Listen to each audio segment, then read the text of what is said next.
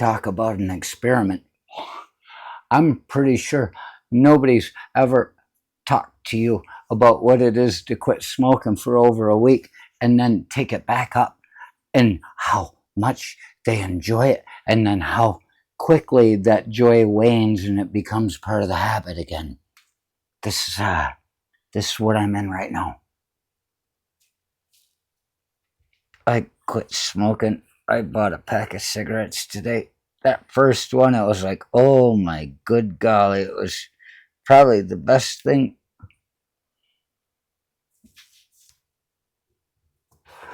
Feeling normal again, being able to think straight. Ah.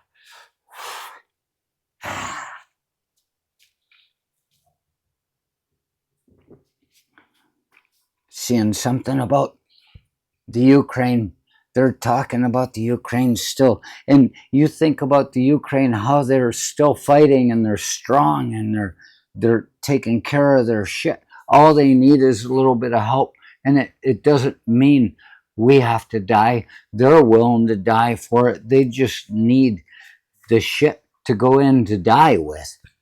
And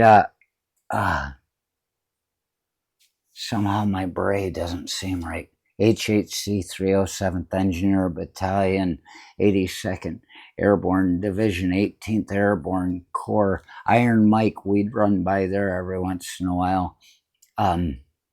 Yeah, look, I'm here to talk about the Ukraine because people act like it's a problem. And it's not a problem, it's an issue. I like that.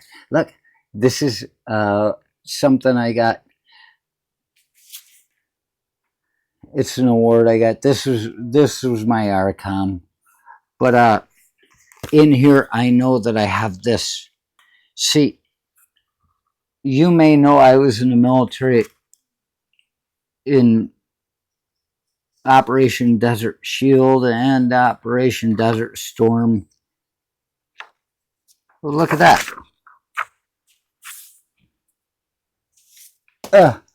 See, there's you don't want to see anybody's name in there. It's a real thing.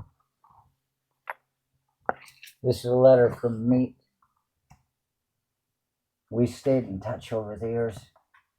We became friends.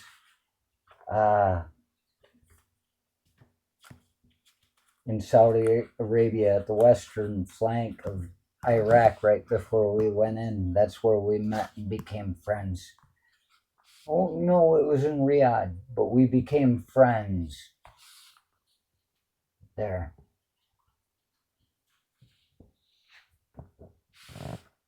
And the thing is, people talk about the Ukraine.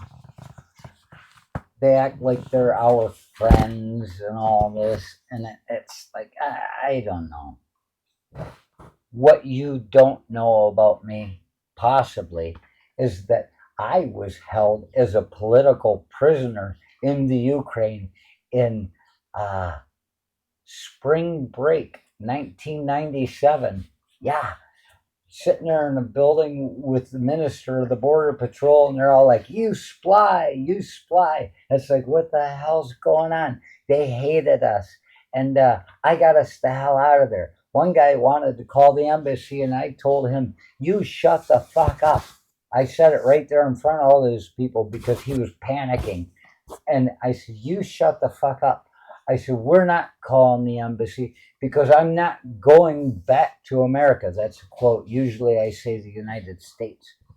But, and he shut the fuck up. And they looked and they realized, and we got the fuck out of there. I'll leave it at that. But we got a letter on the way out. Get us the fuck out of here. They didn't want anything to do with us anymore. I don't know if it had anything to do with me or not, but it seemed to. And if you look, it's got all our names on it. But it's all written in Cyrillic. It said, get these people the hell out of here. It's got our names, our ranks, our social security numbers. get them the hell out of here. And we got the hell out of there. I actually reached the border where they tried to kick us back in. And I saw the one guy with the gold teeth, the short guy, his breath stunk bad, and he stood in my face in uniform, and I would just look at him. And he recognized us again, and he was like, "Oh boy, this is exciting." And I didn't say a thing to him. I just reached and I gave him this piece of paper, and he read it. It's in Cyrillic. It's Russian language in the Ukraine in 1997. They'd been released from the Ukraine, but they were still in a state mentality type of thing. They were released from Russia, USSR. Still, they were in a state of government state mentality, same as the older people in Poland were. Younger people were English speaking and ready to go. The older people, they just don't want to let go of the past. But this is it.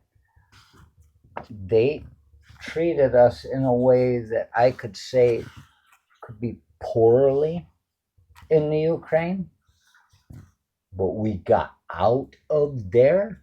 When I showed that little man this paper, when he said, he was excited to see us, and I took it out and I gave it to him, and he read it, and he said, and we got the fuck out of there.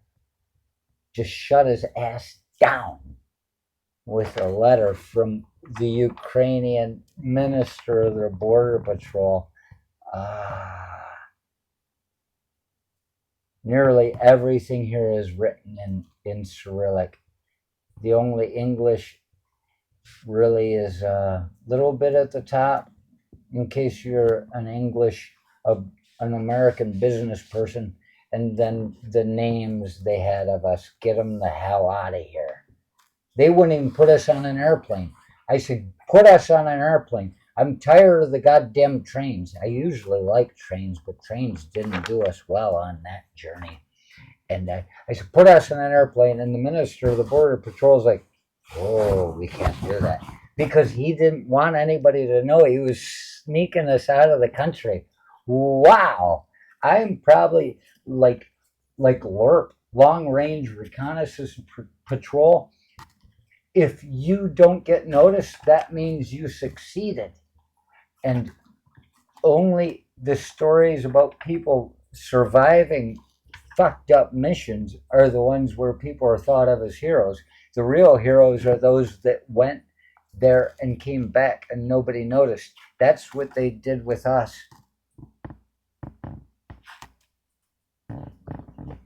But as is such, you'd think I had trouble with the Ukrainians, that I would say, fuck you, Ukraine.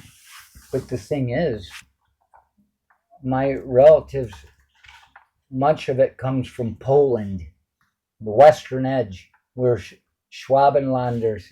We're part German, part Polish, right there near the border. So I got enough German in me too. I always said I'd make a good Nazi because I seek order. But now these assholes took over the Nazi thing and they screwed up everything. I can't even make that joke anymore. But being Polish and being raised Polish, I realized that the Ukrainians, after World War II, I think is when they did it. Ukraine used to be part of Poland, but they split it up for the whole divvying it up, and you get this and you get that. Goddamn governments. Oh no. You probably can't hear a thing I'm saying because my microphone fell off. But the point is, just like you might think, because my megalomaniac, if I have a megalomaniac brother and he's not going to want to be my friend anymore, me as a Polish person that had problems with the Ukrainians, I don't carry that grudge. I'm like, it's okay. we're okay together.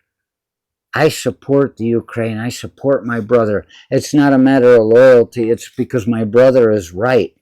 Instead, I get a brother that doesn't like me because I don't agree with him.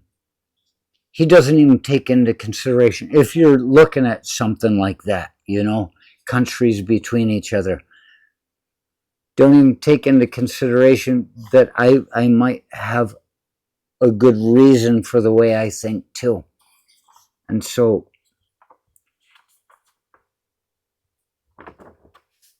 I don't understand why it is everybody thinks that the Ukraine is such a problem when it is nothing more than an issue.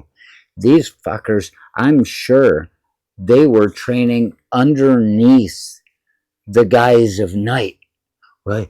And saying, if Russia is going to be trying to breathe down our necks and we are our own nation, our own sovereign state, we need to know how to fight them. And it seems like that's what they've done. And I like the Russians. And I've always said, not the Russians. I like the Russians too. I like the Ukrainians. And as I have said, I would rather work with someone that is a dick that does their job than somebody that's friendly and just smiles all the time while you do all the work.